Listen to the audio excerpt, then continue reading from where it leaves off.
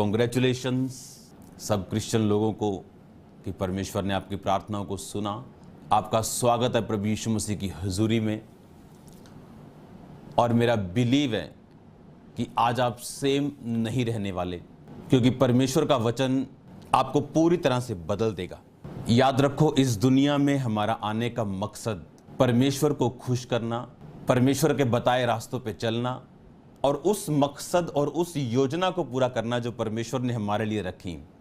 याद रखो, इंसान की प्लानिंग और परमेश्वर की प्लानिंग में फर्क है। आज जिस वचन की मैं आपसे बात करूंगा, आज जिस वर्ड की मैं आपसे बात करूंगा, मेरा बिलीव है कि अगर ये आपके हार्ट में समा गया तो आप परमेश्वर के साथ हमेशा जुड़े रहेंगे। और परमेश्वर ने कहा, यदि तुम मुझ में बने रहो और मेरी बातें तुम में बनी रहे, जो चाहो मांगो वो तुम्हारे लिए हो जाएगा। आज जो वचन मैं आपको पढ़ूंगा, आपके लिए स्टार्ट करूंगा, वो है मत्ती 3 उसकी 2 आयत। मन फिराओ क्योंकि स्वर्ग का राज्य निकट आ गया है। अब ये आयत जो पढ़ने वाला व्यक्ति है, जो बोलने वाला व्यक्ति, ये प्रभु यीशु मसीह नहीं, ये था लिखा उन दिनों में यूहन्ना बपतिस्मा देने वाला आकर यहूदिया के जंगल में यह प्रचार करने लगा, मन फिराओ क्योंकि स्वर्ग का राज्य निकट आ गया है। मन फिराओ का मतलब है इंग्लिश में रिपेंट। रिपेंट शब्द बाइबल में पहली बार जब आया था, यह निर्गमन की पुस्तक 13 उसके 17 बाब में आया था। इस लाइन में जो परमेश्वर ने रिपेंट यानी मन फिराव का यूज किया, उसको इसलिए यूज किया था रिपेंट शब्द को, कि जब इजरायली जा रहे थे तो परमेश्वर ने कहा, मैं इनको अलग मार्ग से लेके जाऊंगा, ऐसा ना हो कि ये रास्ते में पछताएं और वापस चले जाएं। इस जो पहली बार बाइबल में रिपेंट शब्द आया वो था हिब्रू 5162 शब्द रिपेंट, जिसका मतलब आप अपनी स्क्रीन पे देखोगे H5162, जिसका मतलब है नाखाम। नाखाम का मतलब है that is breathe strongly by implication to be sorry. बस लिखा नाखाम का मतलब है जैसे ठंडी सांस लेना, सॉरी करना, ठंडी सांस लेके सॉरी फील करना किसी काम के लिए जो हमने किया और हम उसके लिए पछताते हैं। और यही शब्द को परमेश्वर ने अपने लिए भी इस्तेमाल किया कि जब परमेश्वर ने कहा कि निनवा के लोग अब मन फिरा चुके हैं, अब मैं अपने नाश करने की रीति से पछताता हूं। यानी परमेश्वर रिपेंट करता है और बोलता है कि अब मैं इनको नाश नहीं करूंगा।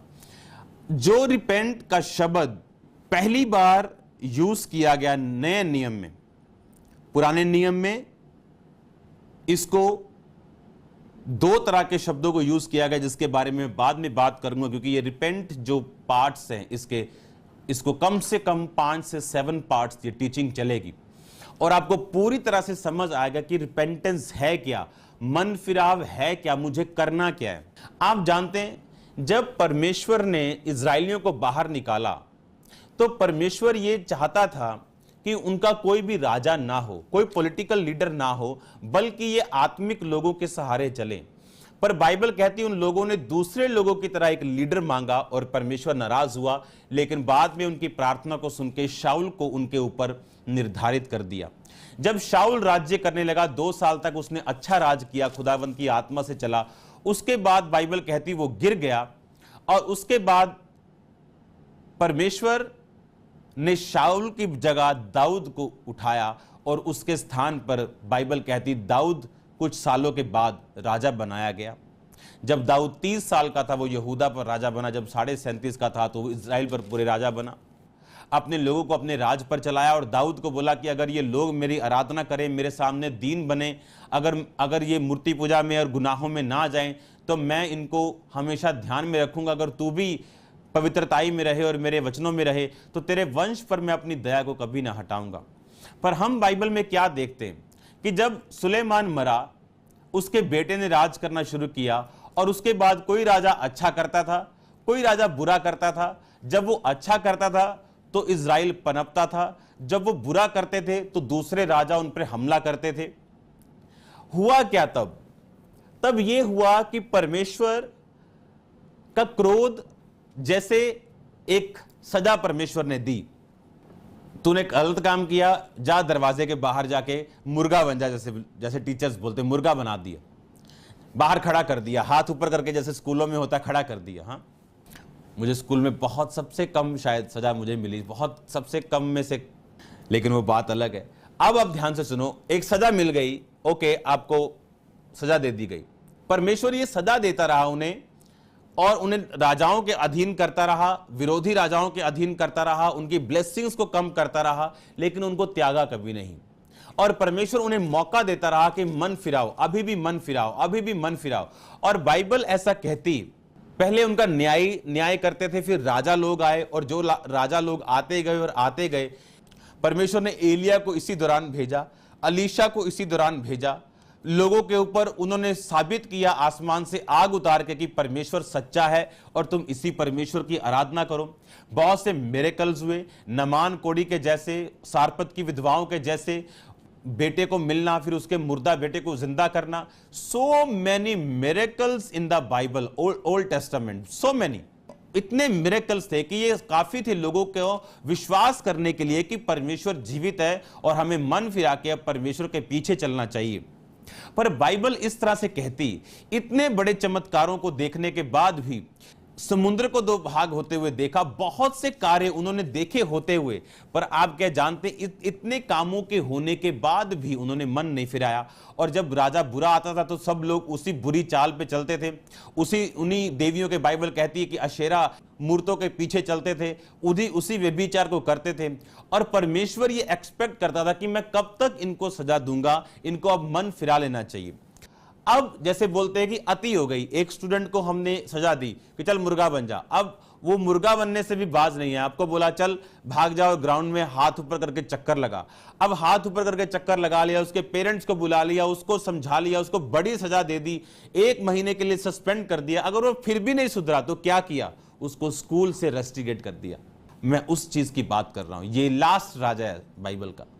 इसके बाद बहुत से राजा हुए होंगे, लेकिन ये दूसरा राजा का अंत है। जब सिदकिय्याह राजा हुआ, बाइबल कहती इसने मन नहीं फिराया और इसने बेबीलोन के राजा से बलवा किया।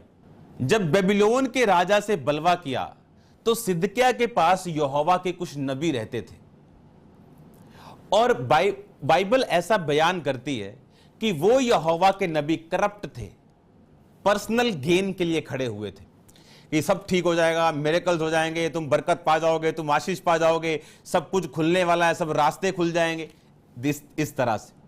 पर राजा को रिपेंटेंस का मैसेज उन्होंने कभी नहीं दिया। तो राजा जब बेबीलोन के राजा से लड़ने के लिए गया और बलवा करने के लिए गया, तो राजाओं को यह मालूम होता था कि जब किसी दूसरे राजा से लड़ना है तो वो यहोवा के नबियों से पूछते थे। और बाइबल कहती यिर्मयाह नबी से वो कभी नहीं पूछता था, खुदावंद के सच्चे नबी जो थोड़े होते थे उनसे वो कभी नहीं पूछता था, क्योंकि उनको मालूम था कि ये हमेशा रिपेंटेंस की बात करेगा, ये तौबा की बात करेगा, ये पवित्रता की बात करेगा। हम उससे बात करेंगे जो हमारे लिए पॉजिटिव बोलता है, जो ब्लेसिंग्स के मैसेज देता है, हम उससे बात करेंगे। और जब उन नबियों से बात की गई, उन्होंने कहा राजा चिंता मत कर, खुदावंद बड़े काम करने जा रहा है, तेरे जिंदगी में बड़े काम करने जा रहा है, चिंता ना कर, चक्करे फटे दूं। जब बलवा किया तो बेबीलोन के राजा ने नगर घेर लिया। नगर जब घिरा तो सारी सप्लाई चर्च आनी बंद हो गई नगर में, फूड सप्लाई, चीजों की सप्लाई, कपड़ों की सप्लाई, सब बंद हो गया। और लिखा महंगाई इतनी बढ़ गई, उसमें दरार करके राजा अपने लोगों समेत भागा। लेकिन दूसरे लोगों को मालूम हुआ, उन्होंने राजा का पीछा किया, पीछा करके उसे पकड़ा और बेबीलोन के राजा के उन्हें पकड़ा के अधीन कर दिया। उसके बेटों को खत्म कर दिया गया, उसकी आंखें फोड़ डाली गई। और बाइबल कहती यरूशलेम की शहरपनाह, जो हम सुनते हैं नेहम्याह की पुस्तक में, आप जानते हैं नेहम्याह ने वो शहरपनाह बनाई थी। और जब वो शहरपनाह कब नाश की गई, इसी सिदकिय्याह राजा के टाइम पे। और बाइबल कहती बड़े घरों को उन्होंने आग लगा के फूंक दिया, यहां तक कि परमेश्वर के भवन को भी आग लगाकर फूंक दिया गया। वो विलंब करने में धीरजवंत है, बाइबल कहती उसने धीरे धीरे सजा दी, उनको सजा दी, उनको बताया देखो तुम अंडर हो गए हो, तुम मुश्किल में आ गए हो, तुम दुखी हो गए हो, तुम दूसरे राजाओं के नीचे आ गए, तुम्हारी जिंदगी दुखी हो गई, तुम्हारी जिंदगी ऐसे होने के लिए मैंने तुमको अपने पास नहीं बुलाया। लेकिन वो लोग जब नहीं सुधरे, और डाउन और डाउन, और अब ये वर्स्ट कंडीशन थी कि अब परमेश्वर के लोग दूसरे, कि हम हैं अपने देश में, अपने घरों में, लेकिन दूसरा गवर्नमेंट चेंज हो गया, बाहर का राजा प्रभुता करता है, हाँ ठीक ठीक चल रहा है, सब ठीक है। पर अब लिखा उन्हें बंदी बनाकर ले जाया गया। और जब लोगों को बंदी बना के ले जाया जाता था तो कौन से काम वो करते थे? ईंटें बनाने का काम, दुखी करने वाला काम। अगर आप अरब कंट्रियों में चले जाओ, आपको वहां कहीं पे भी कंस्ट्रक्शन करते वक्त आपको शेख नहीं मिलेगा, बहुत कम होंगे। सारे शेख आपको इमिग्रेशन में मिलेंगे, पुलिस में मिलेंगे, डिपार्टमेंट में मिलेंगे, सरकारी कामों में मिलेंगे। लेकिन जब उनको बंदी बना के ले जाया गया तब वो कार्य करने लगे जो उनके अनुकूल नहीं थे। और रीजन क्या था? मन ना फिराना। हम फिर पढ़ेंगे इस मन फिराने के शब्द को, अपनी स्क्रीन के ऊपर पढ़ेंगे मन फिराने के शब्द को। आप इसको ध्यान से पढ़ो। इसमें लिखा टू थिंक डिफरेंटली। मैं आपको आज जो ये टीचिंग दे रहा हूं, आपको ध्यान से इसे सुनना है। और अगर हम इसको ध्यान से पढ़ें, morally to feel compunction, repent.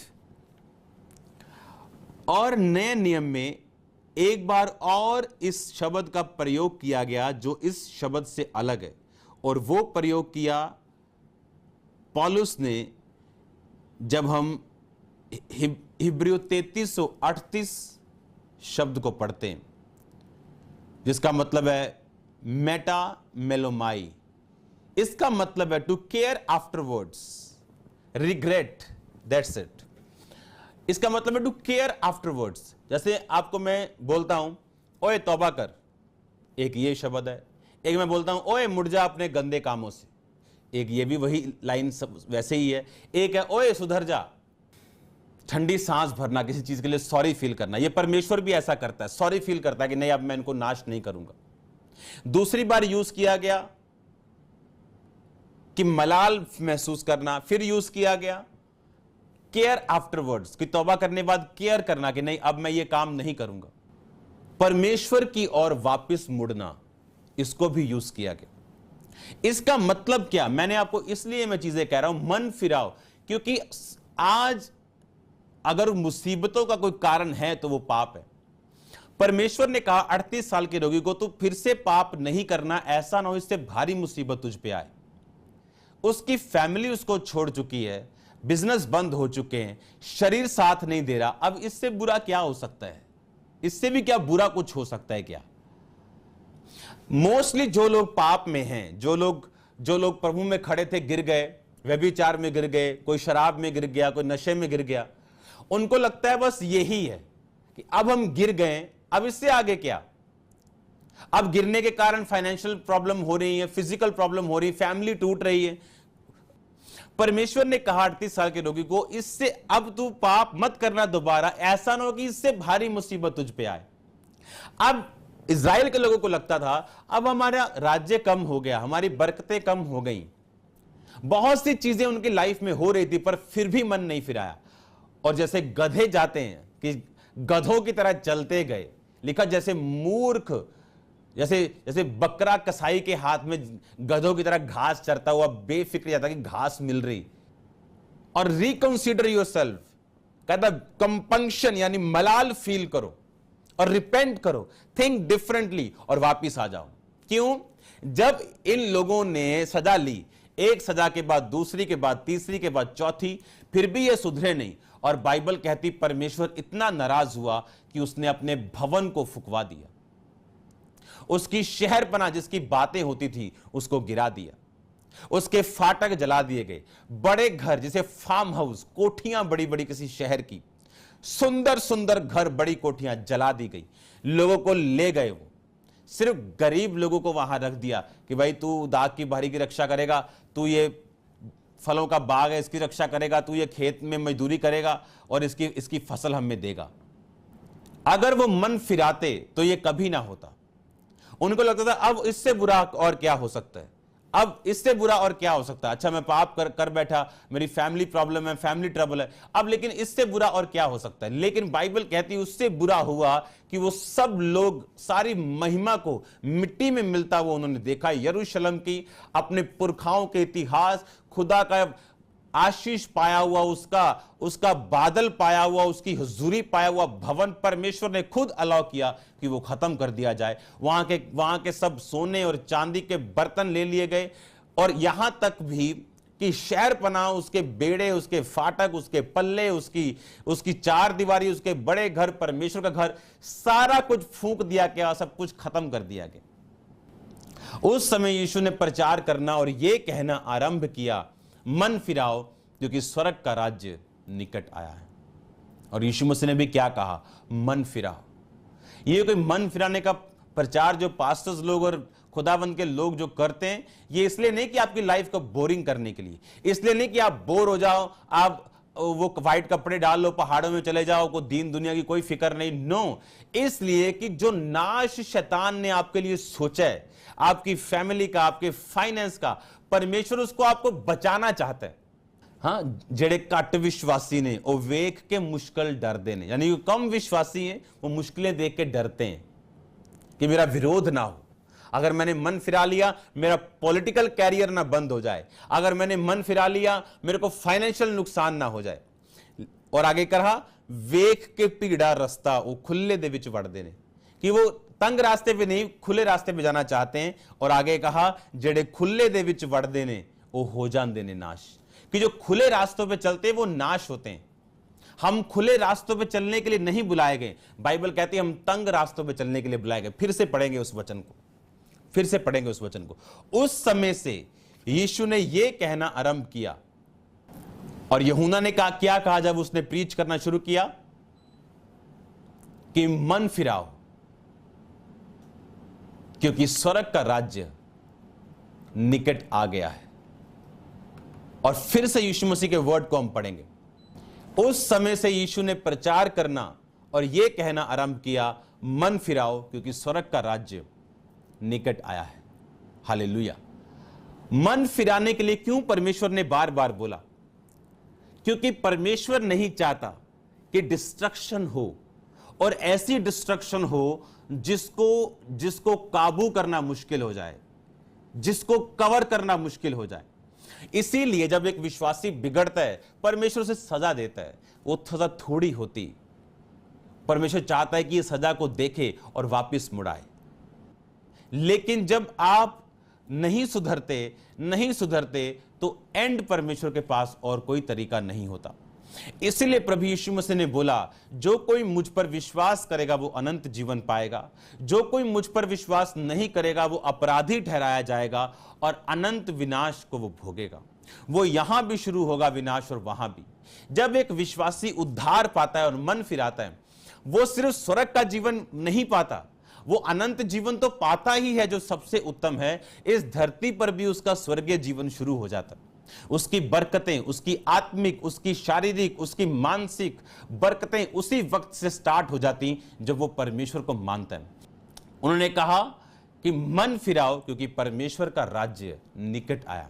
पौलुस ने मन फिराने के बारे में कहा, पतरस ने भी यही प्रीच किया कि मन फिराओ और लौट आओ, यानी रिकंसिडर योरसेल्फ, गो बैक, वहीं जाओ जहां से तुम बिलोंग करते थे, यानी परमेश्वर के पास।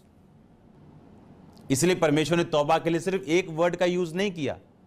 एक तौबा को यूज किया गया कंपंक्शन, मलाल फील करना।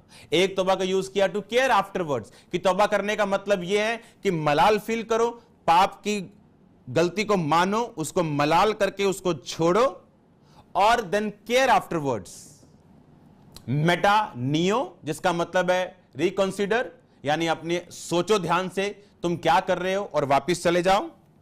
And compunction, morally to feel compunction, यानी मलाल फील करो, यानी तौबा करो।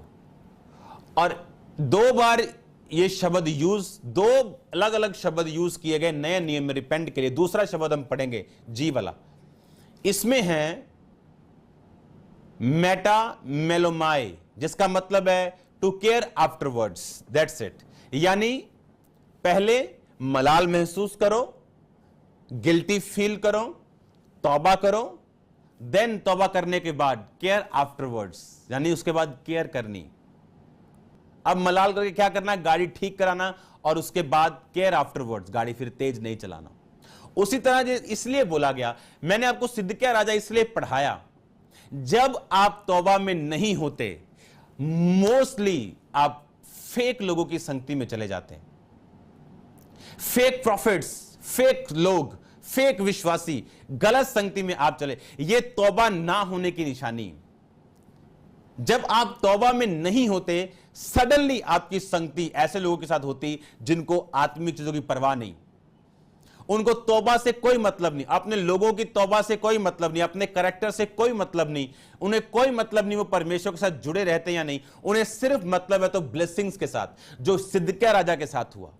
जब आप तौबा में नहीं होते तो बाइबल कहती परमेश्वर ऐसी आत्मा को भेजता है कि जो अपने झूठे नबियों से झूठ बुलवा के लोगों को झूठा तसल्ली और झूठा सहारा देती और उनको विनाश की ओर लेके जाती।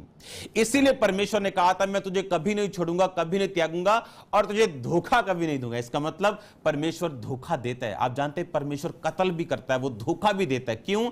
अगर आप, परमेश्वर ने कहा तूने कत्ल किया तो मैं वही तेरे साथ करूंगा। अगर दाऊद ने कत्ल किया तो परमेश्वर ने कहा तलवार मैं तेरे घर पे चलाऊंगा। अगर दाऊद ने पाप किया तो परमेश्वर ने सजा दी।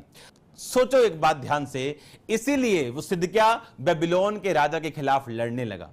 उसे लगा यहोवा के नबियों ने तो बड़ा अच्छा बोला है, क्योंकि वो राजाओं से पैसा चाहते थे कि 2-4 प्रोफेसी मारेंगे, राजा जी गिफ्ट लेके आएंगे।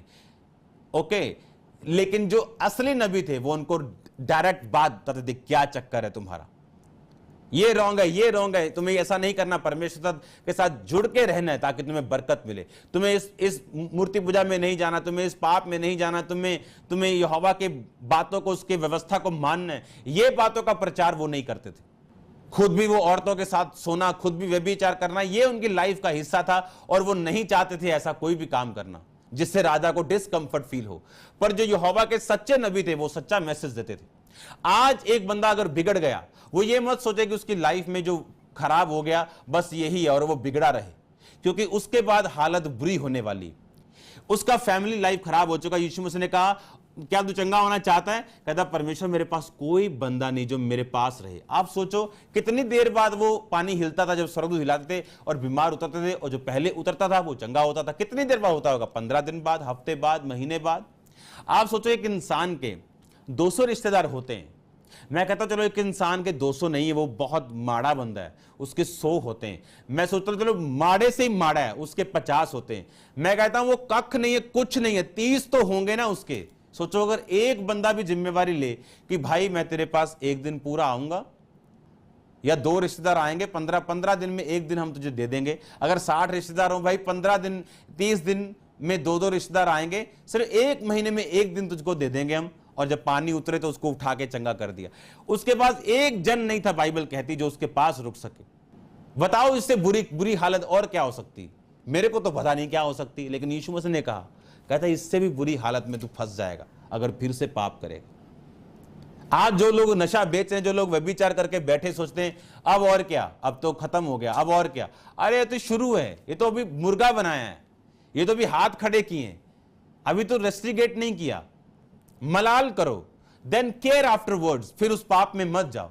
क्यों? इसका मतलब यह नहीं कि वो आपको दुखी करना चाहता है, इसका मतलब यह नहीं वो आपको बोर करना चाहता है, इसका मतलब यह नहीं कि वो आपसे कुछ चाहता है।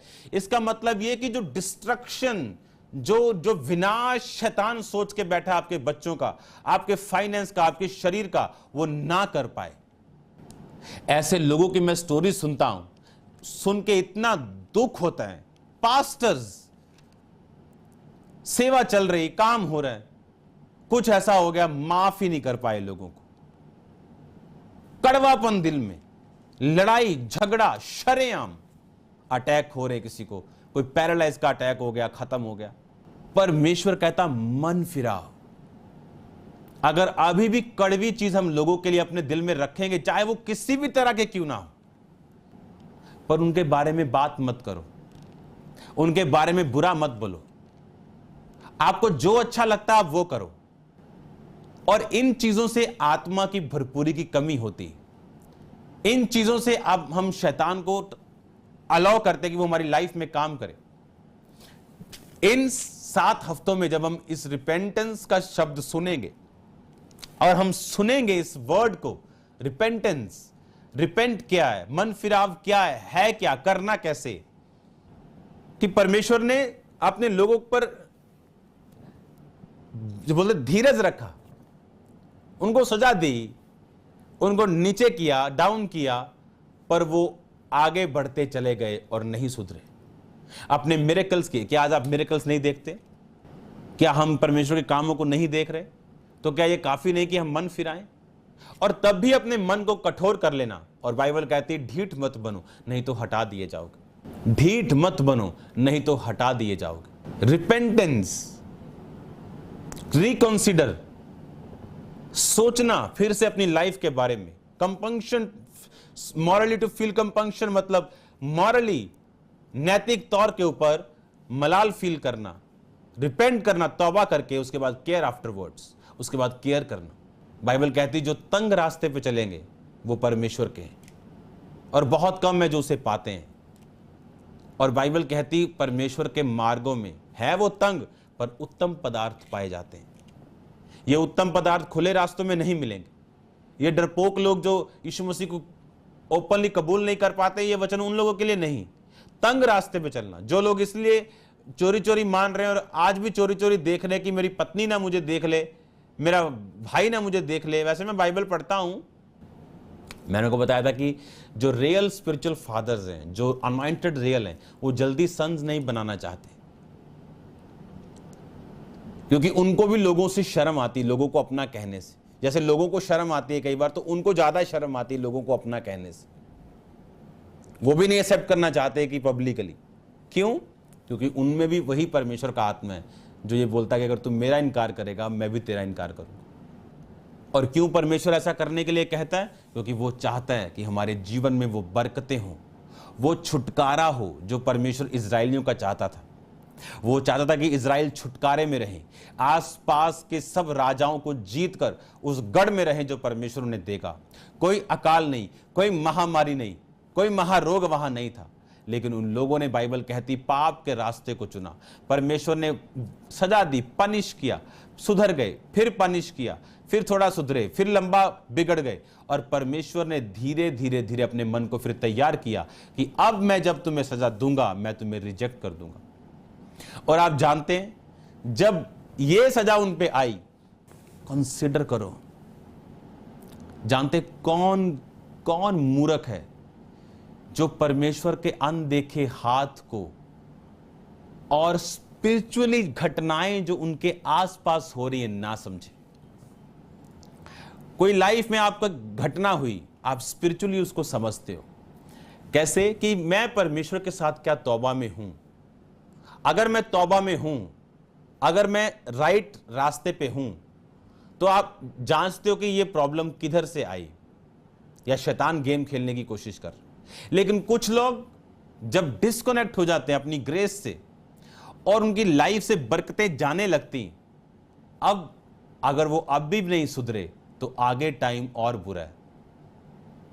लेकिन जब वो अनदेखे हाथ को परमेश्वर को, चाहे वो सजा का हो चाहे आशीष का हो, देख लेते और परख लेते हैं कि ये आशीष तब थी जब मैं ग्रेस में था, क्यों ना मैं फिर से ग्रेस में जाऊं। और जब वो फैसला करते हैं फिर से ग्रेस में जाने का, वो ब्लेसिंग्स फिर से परमेश्वर देता है और उनको तब समझ आती है कि हां ये परमेश्वर कर रहा था। लेकिन अगर वो मन मोटा कर लें, उनको छोटी मोटी दिक्कतें लगती हैं, ये तो सबके साथ है, वो क्रिश्चियन है उसके साथ भी तो है। अरे उस क्रिश्चियन की हो सकता है उसको बरकत देने के लिए हो, उस क्रिश्चियन की वो प्रॉब्लम हो सकता है उसको अगले लेवल पे लेके जाने के लिए हो, लेकिन तुम्हारी हो सकता है तुम्हें डाउन लेके जाने के लिए हो।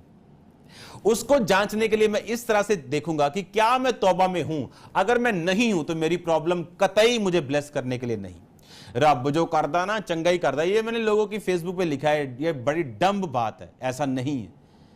वो उनके साथ अच्छा करता है जो उसके प्लान के अंदर फिट हैं। उनके लिए सब बातें मिलकर भलाई को पैदा करती हैं जो यहोवा की इच्छा, उसके प्लान के अंदर परमेश्वर की मर्जी के अनुसार फिट हैं। उनके लिए, उन लोगों के लिए नहीं जो हर जगह जाते फिरते हैं। तो मुझे क्या करना है? पौड़ियां मूर्ख की तरह, भोंदू की तरह, गधे की तरह कह जाते जाना है सीढ़ियां नीचे, या कभी फैसला करना है रिकंसिडर एंड कंपंक्शन मलाल करके केयर आफ्टरवर्ड्स और ऊपर जाना शुरू करना और प्रभु से फिर से मेल मिलाप करना। और याद रखो, अगर आप तौबा में नहीं तो आपकी संगति ऑटोमेटिकली फेक लोगों के साथ हो जाएगी। आज सुधरना है और रिपेंट करना है। ये सब बरकतें, ये मिरेकल्स हों, ये आशीष हों, ये वीजे हों, ये दुनिया की तमाम आशीषें हों, ये आप लोगों के लिए बनाई गई। परमेश्वर ने सब कुछ बनाने के बाद आदम बनाया, सब चीजों को के बाद आदम बना। आपके लिए सारी आशीषें बनने के बाद आपको बनाया गया। प्रॉब्लम ये, क्या हम तौबा में हैं कि नहीं, क्या हमने तौबा की है कि नहीं, अपने पापों से मन फिराया कि नहीं, और उसके बाद केयर की है नहीं। बाइबल कहती है कि तौबा करके बिगड़ने वाला मनुष्य उस नमक के समान है जिसमें मिलावट हो गई हो और वो साफ नहीं हो सकता। लेकिन अगर आप तौबा कर लें और ना बिगड़ें तो फिर आप लोगों के लिए बरकत बनेंगे, घर के लिए बरकत बनेंगे, अपने लिए बरकत बनेंगे, और हर वो ब्लेसिंग, हर वो मिरेकल, हर वो ब्रेक थ्रू जो परमेश्वर ने आपके लिए सोचा हुआ आपकी लाइफ में वो एंटर करेगा with God's time, not your time. Remember, your time and God's time, they both are different. आप कहते हो नहीं ये काम मेरा 3 साल में हो जाना चाहिए, परमेश्वर कहता नहीं ये 2 महीने में होगा। God's time is the best time. कभी किसी को देख के पाप में वो आशीष ले रहा है मत घुसो, क्योंकि किसी की तनख्वाह महीने में आती तो कोई कंपनी साल बाद देती। पाप की मजदूरी मौत है, आनी जरूर है, किसी को अभी तो किसी को बाद।